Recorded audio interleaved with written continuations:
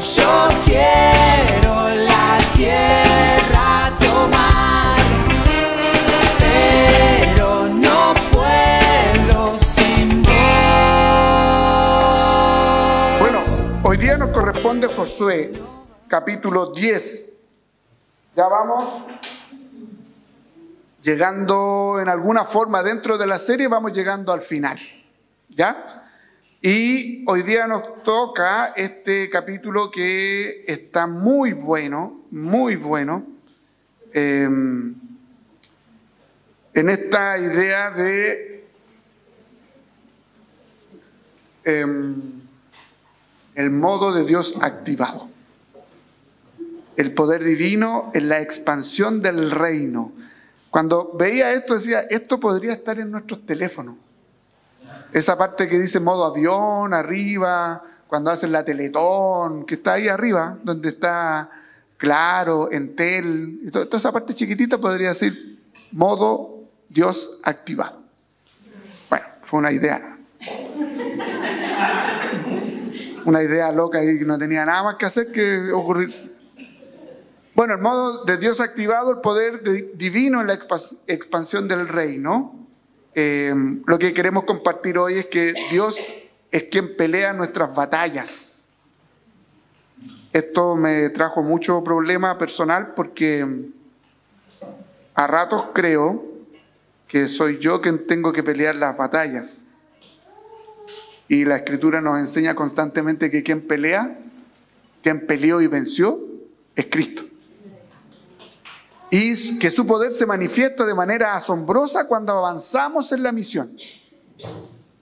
Muchas veces queremos el poder de Dios manifestado en nuestras propias vidas para que el Señor nos haga favores, pero no buscamos el poder de Dios para que se manifieste en la misión. Y es totalmente distinto, porque una cosa es egoísta y la otra es misional, la otra es comunitaria. Y en un mundo tan contrario al Evangelio, ¿se han dado cuenta que el mundo cada vez se está poniendo más contrario al Evangelio? En distintos lugares, de distintas maneras. Y por ende, contrario al cristianismo, cada vez se nos hace más difícil compartir nuestra fe en Cristo. Se busca relegarnos a una esfera de espiritualidad privada, una esfera de espiritualidad de cuatro paredes. Así nos quieren marginalizar e invisibilizarnos. No sé si se han percatado de eso. Nos quieren marginalizar, invisibilizar. Nos quieren acallar. Y sí, tenemos libertades religiosas, pero vívanla en sus cuatro paredes y ojalá no metan mucha bulla. Mientras que otras espiritualidades, creencias o confesiones, particularmente ateas, son fuertemente apoyadas, ya sea por el Estado como por el mundo privado. Por ejemplo, el consumismo. Las ideologías de género apoyadas por el Estado, el consumismo apoyado por el mundo privado. Donde se le proveen espacios, donde se le proveen medios, donde usted ve la tele y hay pura espiritualidad, es pura religiosidad. Donde hay leyes que les permiten pregonar con libertad su mensaje de liberación sin ningún tipo de restricción y amenaza. Eso es lo que tenemos y va a ser cada vez más fuerte. Frente a todo esto, la palabra de Dios hoy nos viene a desafiar a que vivamos nuestra fe en el modo activo de Dios, confiando en su poder por una parte y disponiéndonos a la batalla, para que así la verdadera historia de este mundo se proclame de manera clara y pública. Es un desafío, es un llamado a que vivamos el Evangelio de manera pública. Y con eso no está refiriéndose a evangelismo, sino que podamos actuar en todas las esferas donde el Señor nos ha colocado. Entonces, en primer lugar, quiero conversar con ustedes respecto de una alianza desesperada. Busca sabotear la misión. De los versículos 1 al 10 está toda esta idea. Este capítulo 10 tiene mucha relación con el final del capítulo 9 que veíamos el domingo anterior, donde los gabaonitas, por temor, entran en una alianza engañando a los israelitas, ¿cierto? Pasando a ser sus siervos o los esclavos por una parte y por otra, Israel pasó a ser su protector, su rey, su señor, ¿no? Y nuevamente, si ustedes se dieron cuenta, Adonisedec, no coloquen ese nombre a sus niños, ¿no? El rey de Jerusalén, ¿qué es lo que pasó? Dice el texto que tuvo temor, tuvo pavor de lo que escuchó. Nuevamente la noticia de la victoria, para los que estuvieron en catecúmeno y me tocó hacerle la clase anterior a la pasada, vimos que evangelio no solamente son buenas noticias, vimos que evangelio tiene que ver con el pregonar, el anunciar, el proclamar una noticia de que el ejército ganó una guerra. Y que cuando Cristo entra, irrumpe en este mundo, lo que está anunciándose, más allá de las buenas noticias de salvación para ti, es la buena noticia para el mundo de que llegó el verdadero Rey de Reyes y Señor de Señores, que ese es el verdadero evangelio, y que está en contra de todas las potestades que estaban gobernando en ese momento, que era el Imperio Romano. Ese es el evangelio. A veces nosotros reducimos el evangelio solo a la idea de salvación mía personal, pero el evangelio va mucho más allá que eso. Entonces, nuevamente la noticia de la victoria, nuevamente la noticia del evangelio se esparció por sus alrededores, lo que generó inquietud, pánico en el rey de Jerusalén, Adonisedec. ¿Qué hace Adonisedec? Busca a sus amiguis. ¿Qué es lo que hace Adonisedec? Cuando eso es lo que me pasa a mí y te pasa a ti. Cuando alguien te hace algún daño, buscáis ayuda, buscas compañía para hacer el mal, en vez de buscar al Señor para que Él se encargue. ¿Ah? No, el hermano tanto me hizo tal cosa, o la hermana tanto habló tal de mí, y yo ahora me uno con la hermana tanto, el hermano tanto, hago un lobby por aquí, por allá, y nos vamos en contra de los hermanos, o de la familia, lo que sea. Este rey busca desesperadamente aliados para aparentemente derrotar a Gabaón. Interesantemente que Gabaón no tenía rey. Este Canaán estaba compuesto por distintas ciudades-estados. Y todas las demás tenían reyes, pero Gabaón no tenía rey. Sí era una ciudad grande y sí tenía los guerreros más valientes de la zona de Canaán. Y él, Adonisedec, busca la alianza para hacerle la guerra a los gabaonitas, pero su intención más bien no era hacerle la guerra a los gabaonitas. Su intención era sabotear la misión de Israel. Su intención era sabotear la misión. Porque si le hacía la guerra a los gabaonitas y le ganaba la guerra a los gabaonitas, le ponía un frente hacia lo que estaba avanzando en la misión que llevaba a cabo el pueblo de Israel. Y se genera la coalición de la maldad, la coalición del mal contra la misión compuesta por estos 5 reyes amorreos, y suben a enfrentar a los gabaonitas. ¿Se dan cuenta que de un momento a otro nuestras amistades se rompen y éramos amigos de aquí a la eternidad? Y llegó un momento en que ya dejamos de ser amigos, pasamos a ser enemigos hasta la eternidad también. Bueno, aquí pasó eso. Se genera esta coalición contra la misión de Dios, y frente a esto, los siervos de Israel, vale decir los gabaonitas, con mucho temor, ¿qué es lo que hicieron? Clamaron por ayuda. A veces, los gabaonitas también nos están enseñando, no tienen todo malo. A veces a ti y a mí nos cuesta pedir ayuda. Nos cuesta clamar por ayuda. Y creemos que podemos resolver todo a mi manera, a mi modo. Los gabaonitas nos enseñan algo muy humildemente. Piden ayuda, claman, y es más, le dicen a Josué: sálvanos. Sálvanos. Josué es un tipo de Cristo. Nosotros tenemos a quien decirle: Señor, sálvanos, libéranos, restáuranos, transfórmanos. Y Josué, que aquí nos muestra otra característica de él, honra su palabra. Y acude junto a su ejército para salvar a sus siervos. No eran sus siervos más agraciados, más queridos, pero entraron en pacto, entraron en alianza y tenía que cumplir su palabra. Y él va a defender a los suyos.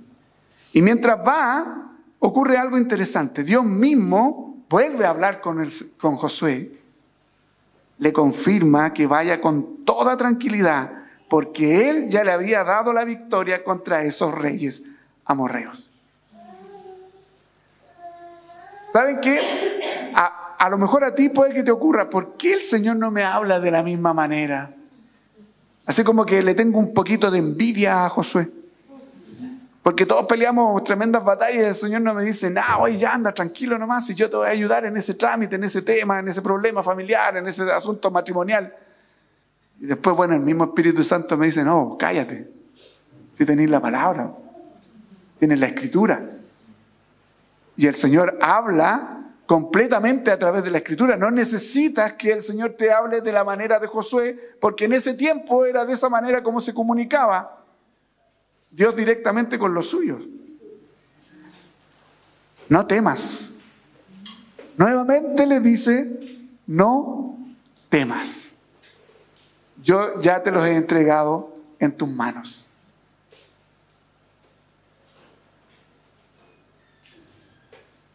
Ya tienes la victoria, porque yo he vencido. ¿Se recuerdan de algunas palabras parecidas? Ustedes ya tienen la victoria, porque yo he vencido al mundo, dijo el Señor Jesucristo. Entonces, queridos, el mundo, el pecado y Satanás son la coalición del mal. No caigas en la idea de relativizar estos tres componentes de esta coalición. Porque a veces la iglesia minimiza el poder del pecado.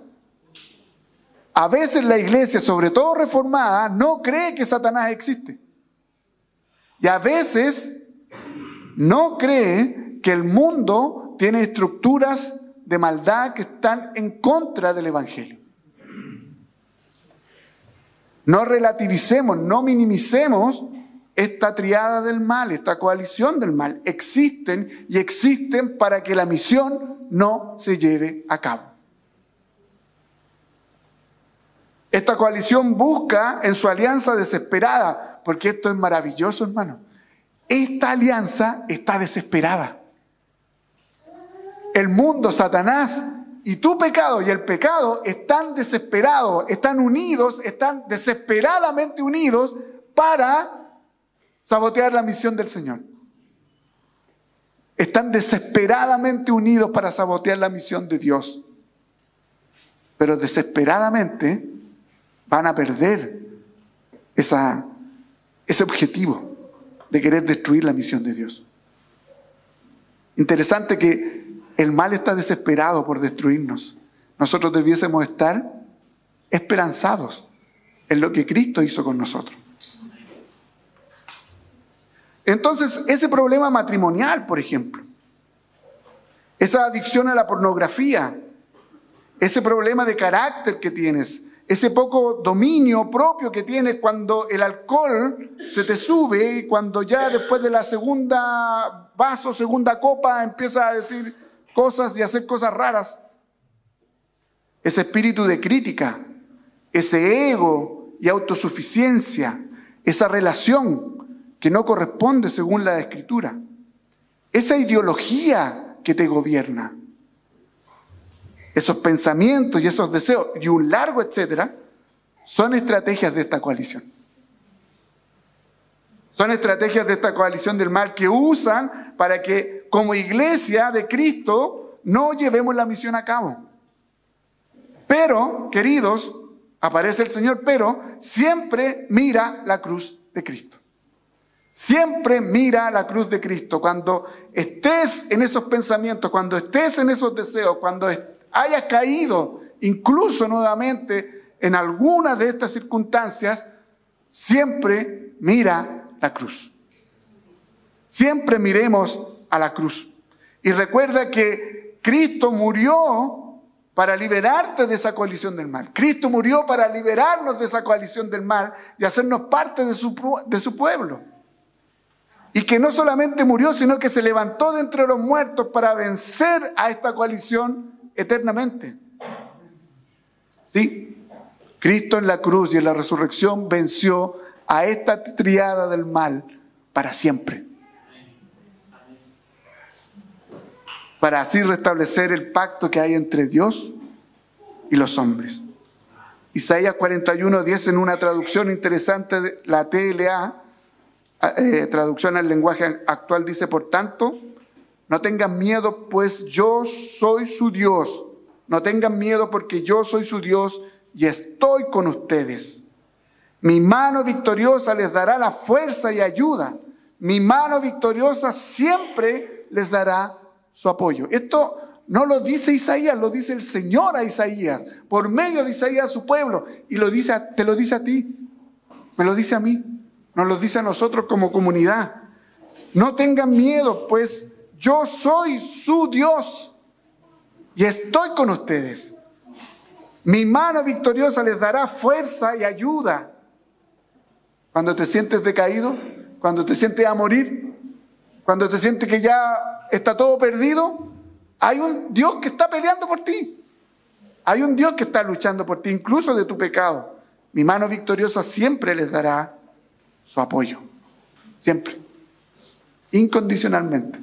Siempre va a dar su apoyo. En segundo lugar, un pacto glorioso que manifiesta el poder de Dios. En los versículos 11 al 15. Aquí, si ustedes se dieron cuenta y se detienen ahí en su Biblia, el narrador, luego de habernos contado de manera general la historia de Josué contra los reyes amorreos, ahora se detiene un poco y hace como un zoom. ¿Ya? Se detiene en la historia general y se vuelve un poquito para atrás y hace un zoom para que podamos ver qué es lo que sucedió y cómo ganaron esa guerra. Y eso lo hace, este zoom, en la historia, para dar un énfasis a una parte relevante de esta historia. ¿Y qué es lo que quiere resaltar el autor en este capítulo? Dos cosas. En primer lugar, la fe de Josué. A mí me sorprende la fe de Josué. Y en esta se las mandó. Y la intervención sobrenatural de Dios. Hermanos, a veces la iglesia no cree que Dios sigue actuando hasta el día de hoy.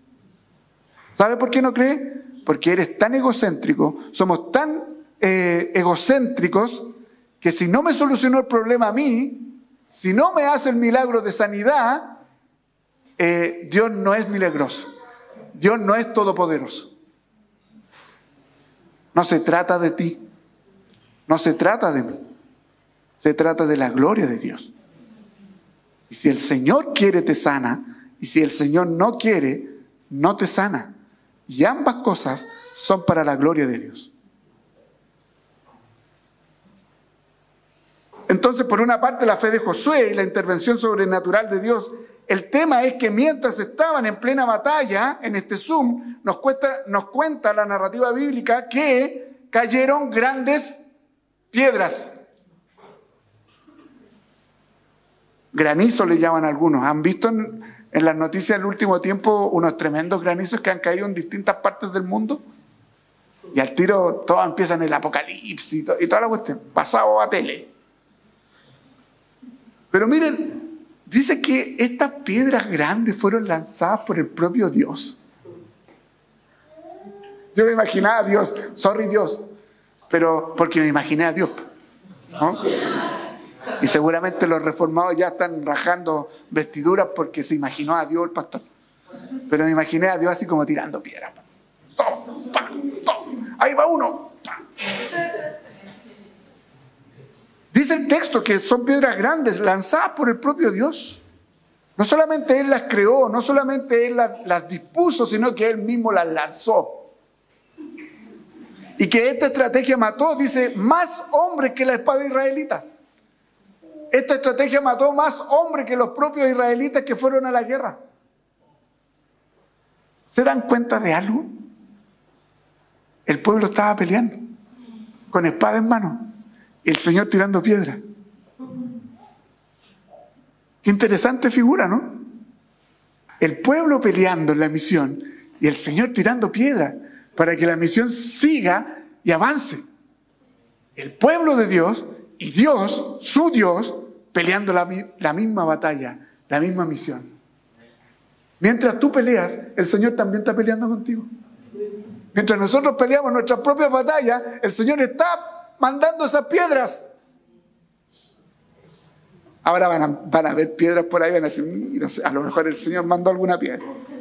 Ahora con esto, hago un paréntesis, eso no significa que usted tiene que andar tirando piedras, ni rompiendo cosas, por favor. ¿Ya? Esto es algo del Señor. Para un contexto y para un momento. Pero ahora viene lo más complejo. Luego de ello, Josué, con toda la fe, si se detienen en el texto, Josué hace detener el sol y la luna. ¿Se dieron cuenta de eso? Es Josué el que dice, sol y luna, detente. Y aquí lo encontré genial. Lo encontré increíble. Yo apenas aprendo la luz de la casa. Y si tienen esa cuestión de estática, y empezáis así como... Y Josué le dice al sol y la luna, hermanos, no es cualquier cosa. Para su época son las dos grandes estrellas. Y les dice que se detengan. Cualquier personalidad, Josué, pero cualquier fe.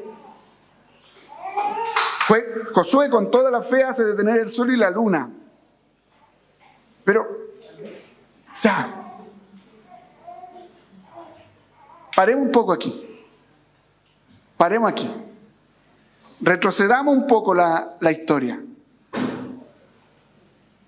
¿Es verdad que esto ocurrió?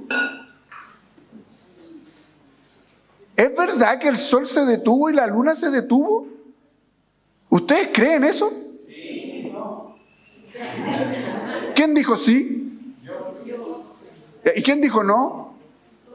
Ya.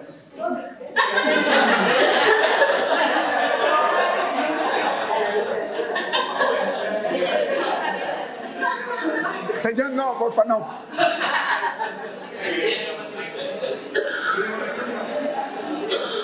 Tú lo conoces.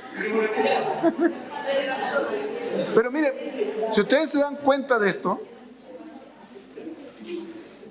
y si retrocedemos y volvemos a leer el texto, para ver si leímos bien, Josué le ordena al sol y a la luna que se detengan. Eso es imposible.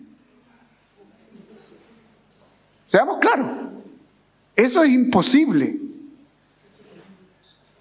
Es poco racional, es poco lógico, no es científico.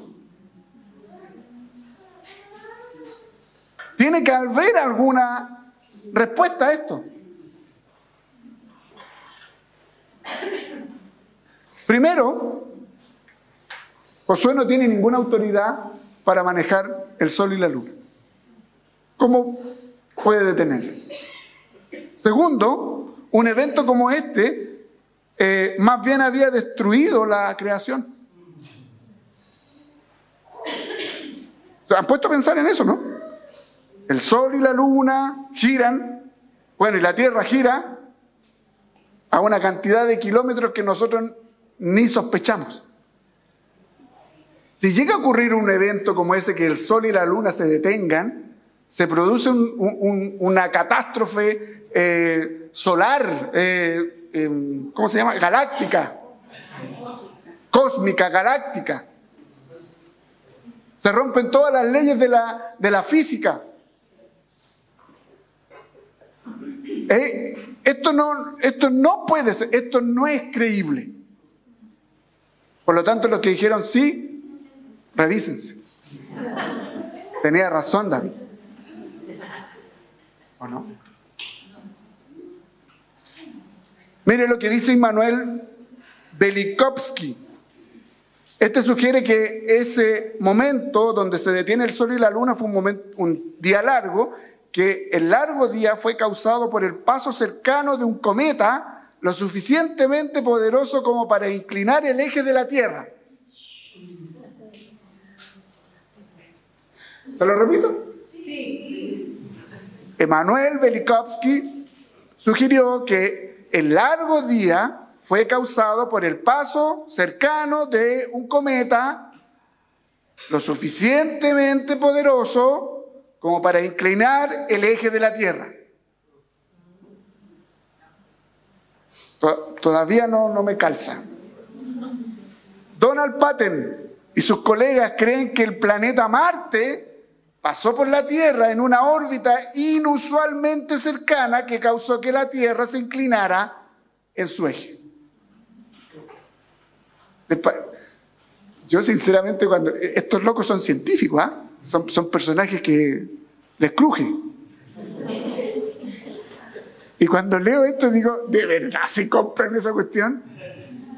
¿De verdad es tanto lo querer ir en contra de lo que la narrativa bíblica dice para decir, inventar, porque es la posibilidad de que pasara un cometa poderoso cercano que haga que se incline la Tierra?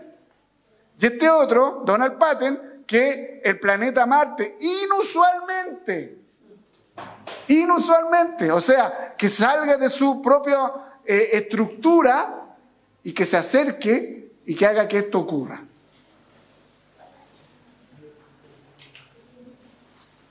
Hay algunos teólogos que dicen que este es un lenguaje figurado, que no quiso decir lo que dice, para decir que el Señor ayudó a Israel a ganar la guerra en un tiempo breve.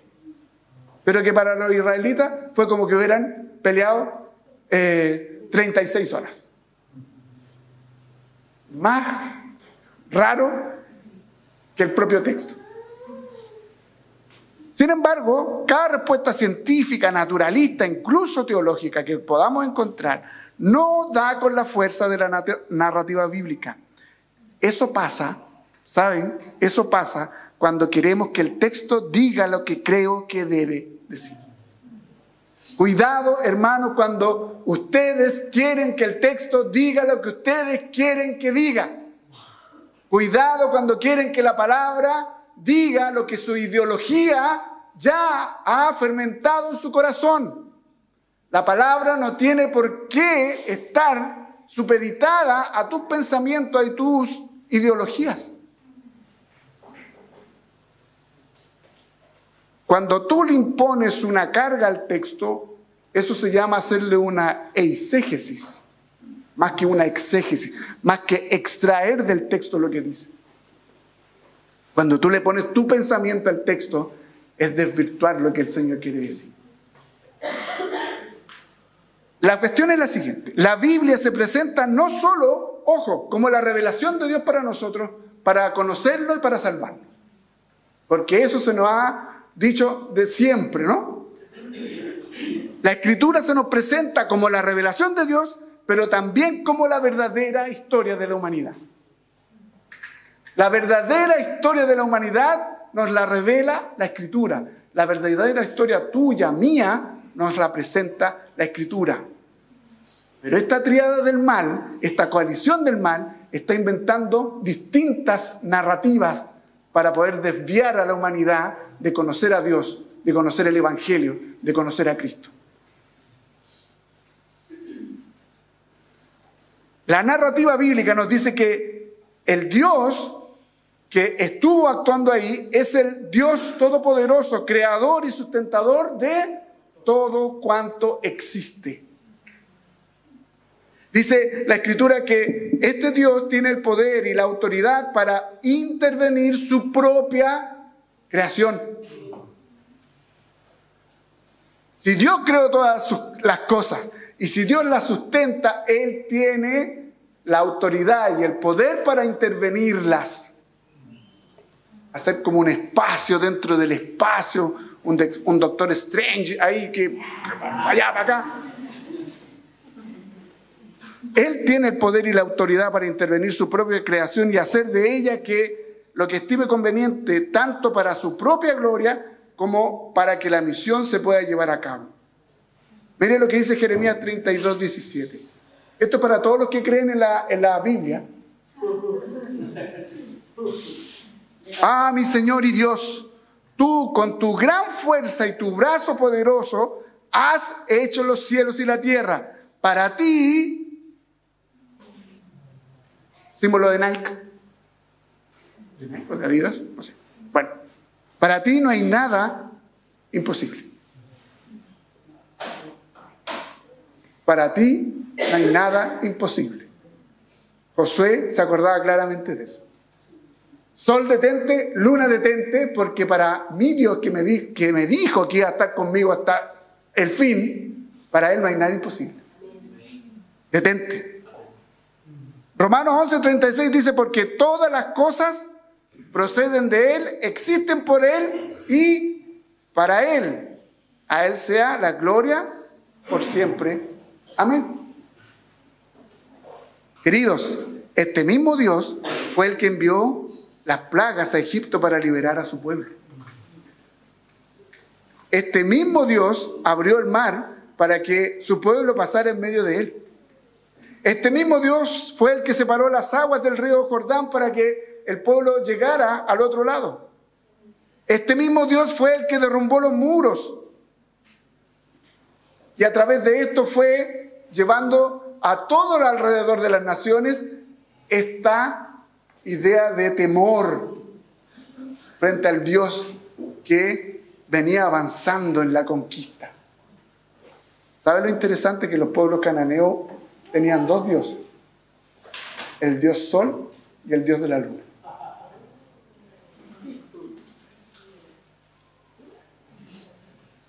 Mira el texto.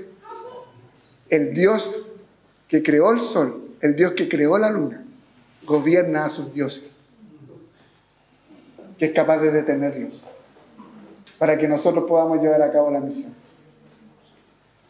Bacano, ¿no? Y respecto de si Josué tenía autoridad sobre el sol y la luna, como ser humano limitado y caído, claramente no la tiene. Tú y yo no tenemos poder sobre las cosas que el Señor ha creado. Si apenas te puede gobernar a ti, menos vamos a poder gobernar al sol y la luna. Pero Josué confiaba en aquel que le dijo que no temiera y que fuera valiente. Finalmente sus palabras de detente sol y detente luna es una oración donde le pide a Dios que Él se haga cargo, que Él haga el milagro, que Él intervenga. El propio texto dice que Jehová prestó atención a la voz de Josué.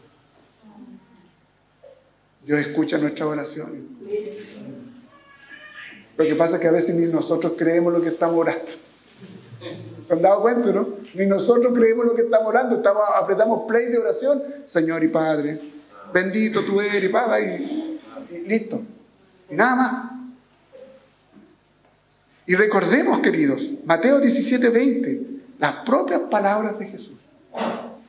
Y Él les dijo, por la poca fe de ustedes, porque en verdad les digo que si tienen fe como un grano de mostaza, dirán a este monte, pásate de aquí a allá, y se pasará, y nada les será imposible. Y yo no tengo esa fe. Porque si hago la prueba de pasar un monte allá en la Florida de un lado para otro, no va a pasar ni una cuestión. ¿Sabe que eso me da pena? Y me decepciona porque muestra la débil fe que tengo.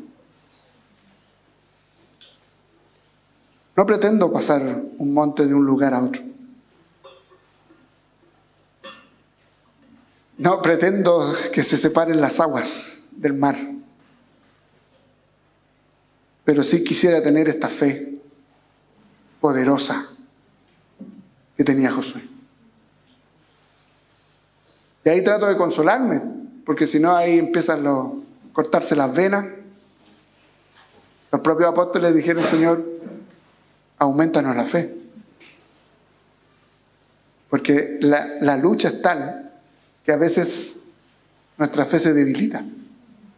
Y nos concentramos tanto en nosotros que aún más se debilita. Mientras más nos concentramos en nosotros, más nos debilitamos.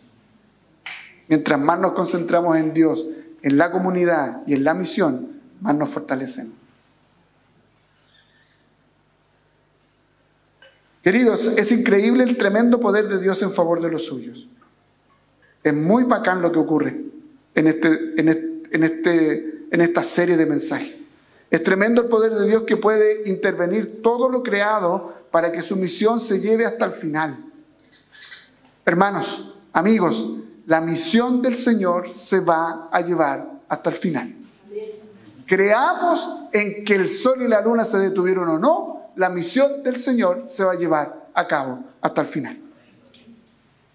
Es increíble el tremendo amor de Dios por su iglesia, que no solo la establece su pueblo, sino que la capacita, la empodera, la cuida, la protege, la sustenta, la envía. ¿Se han dado cuenta de eso? No les dice: oh, chiquillos, qué bueno, toda potestad me da en el cielo y en la tierra, quédense aquí y sigan adorándome aquí. No le dice tal cual, ¿cierto? Todo esto, ¿verdad? Ahora vayan y hagan discípulos, extiendan el reino, extiendan mi reino, que es un reino espiritual. Sin embargo, también es increíble la falta de fe que tiene la iglesia en nuestros tiempos. Eso se ve revelado en las acciones que toma cada día, que la hace más vulnerable. Decisiones, por ejemplo, en nuestro contexto y en nuestra época, donde la ideología de género se ha tomado las iglesias, lo digo con todas sus letras y cada vez me voy agachando más. La ideología de género cada vez más se toma la iglesia. Y no le queremos hacer frente. ¿Saben por qué? Porque no le creemos a Dios y le tenemos miedo. Le tenemos miedo. Tenemos miedo a perder. Tenemos miedo a perder pega. Tenemos miedo a perder amigos, posición social, etc. Tenemos miedo a que nos hagan bullying, a que nos desprecien. Nos falta fe. Nos falta la fe de Josué. Nos falta el poder creer a Dios y poder enfrentar todas estas cosas. Y por último, queridos hermanos, en tercer lugar,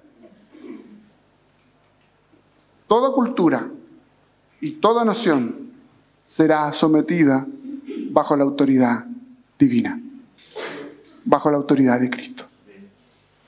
Versículos 16 al 42. Ahora el autor profundiza en la parte final de la historia, en este zoom narrada al principio, los 5 reyes amorreos, mientras, mira qué lindo los reyes, po. Qué lindo, igual que David. ¿Ah? Cuando no fue a la guerra, ¿qué es lo que pasó? Con Doro, y como el pecado de Acán afectó a toda la nación. Miren los reyes, ¿a dónde estaban? En vez de estar en la guerra, peleando ahí en primera línea, se escondieron los niños. Se fueron a una cueva y se escondieron. Y juraban que el Señor no lo iba a encontrar ahí. Po. Los 5 reyes amorreos fueron alcanzados, fueron humillados y fueron muertos. Dice el texto que Josué les dijo a los hombres de guerra de Israel que pusieran el bototo de ellos o el pie sobre los cuellos de ellos. Cuando estaba leyendo, oye, nada que ver. Aquí te pasaste, Josué, yo le diría, ya te creíste el cuento. No, porque es militar, en primer lugar, guerra, militar.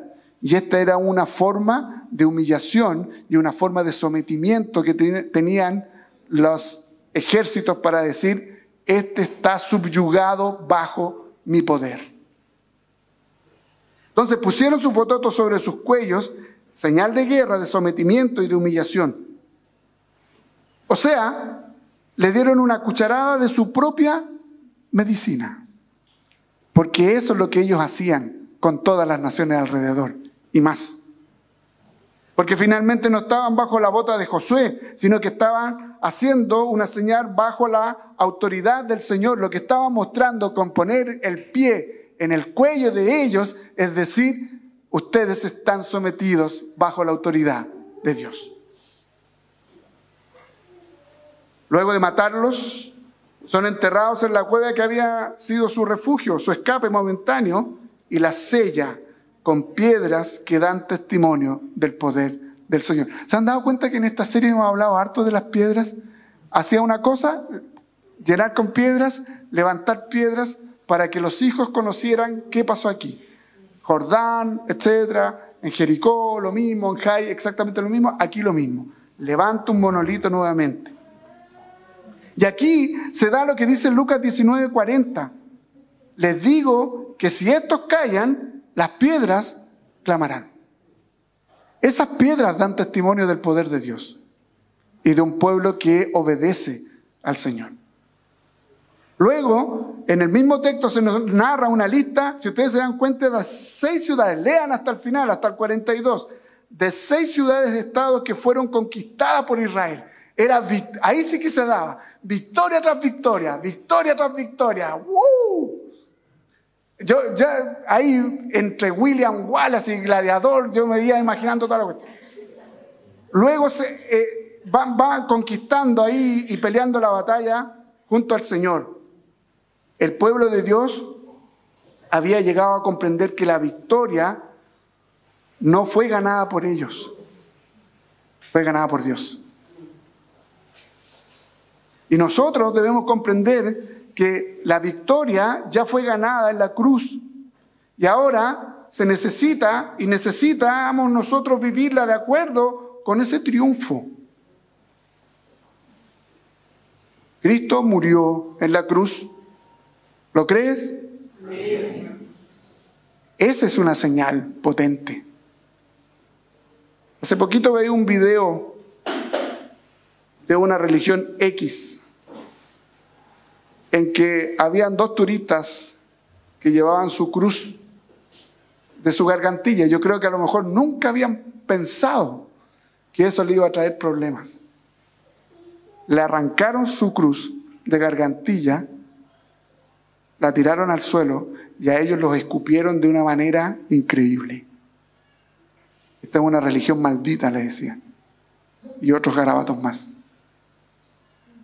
¿Tú sabes lo que lleva en esa gargantilla para todos los que usan cruz? ¿O la llevas por monería o porque es bonito? Esas cruces que hay en nuestras casas de adorno, ¿realmente significan para ti lo que deben significar, que es la victoria de Cristo? La cruz es tu bandera. La cruz es nuestra bandera. Y cuando tú te colocas una cruz, incluso para los que les gusta el tatuaje, no estoy promoviendo el tatuaje, pero para los que les gusta el tatuaje y se colocan una cruz, ahí tienen una buena bandera, pues, para luchar, para pelear de sí mismo y para con todo lo que está en contra del Evangelio. No debe ser solo un símbolo o un ritual, no debe ser solo algo estético. Cuando tú muestras la cruz, estás diciendo algo, que crees en alguien, que fue el que dio su vida por ti, que resucitó de entre los muertos por ti. Colosenses 2:15 expresa esta idea. Y despojando Cristo en la cruz, ¿qué es lo que hizo? Despojando a los principados y a las potestades, los exhibió públicamente, triunfando sobre ellos en la cruz. Mire lo ilógico, lo irracional. Cristo en la cruz despojó. Cristo en la cruz humilló a todos los poderes de este mundo. Cristo en la cruz los expuso. Cristo en la cruz ya no solamente venció, sino que los expuso. Así como Josué, cuando mató a los reyes, los colgaba en los árboles todo el día hasta que se secaran. Esa es la forma de exponerlo. Cristo en la cruz hizo exactamente con todas las potestades de este mundo.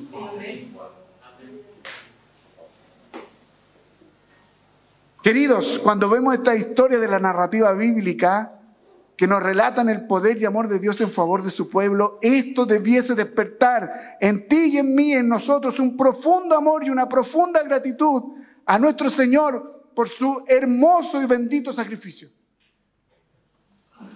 Pero a veces ni siquiera se nos mueve una pestaña por lo que Cristo hizo por ti y por mí. Porque estás tan centrado en ti, estamos tan centrados en nosotros, estamos tan centrados en este momento, en el aquí y en el ahora, que se nos olvida lo que Cristo hizo por nosotros y los efectos eternos que ello tiene para nosotros. Hermanos, la hostilidad, la marginalización, la humillación, o sea, que nos pongan el bototo en el cuello en este mundo, no solo ya fue vencida por Cristo en la cruz, sino que esto es lo más maravilloso. Llegará un día en que el Rey de Reyes se hará presente con trompeta de Dios. Y todos estos reyes, todos estos ídolos, todos estos poderes caerán rendidos delante de Él. Estamos luchando. Y pareciera que está todo patas para arriba. Y pareciera que no vamos a poder avanzar. Y pareciera que tú no vas a poder lograrlo. Y pareciera que la iglesia no va a poder lograrlo. Hermano, la iglesia es de Cristo. Y ni el Hades puede contra ella. La misión se va a cumplir hasta el final. Hasta el final, hermanos. Cuando regrese el Señor como Rey de Reyes, se hará presente con trompeta de Dios. Todo tu pecado caerá rendido ante Él. Todos tus pensamientos caerán rendidos ante Él. Todas tus luchas caerán rendidas ante Él. Y todo este mundo hostil caerá rendido ante Él. Gloria a Dios por eso. Amén. De verdad. Porque parece que no vamos a poder seguir. A mí me da mucha rabia y mucha pena por nuestros hermanos que son perseguidos y muertos. Y no solo en África, y no solo en Nigeria, no solo en China, en México y en Colombia. Están matando a nuestros hermanos. Y quiero hacer un paréntesis, hermano.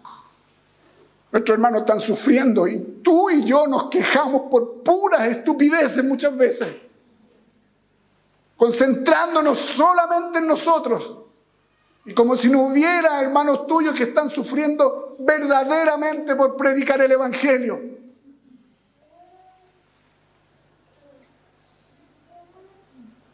Y eso se acerca cada vez más.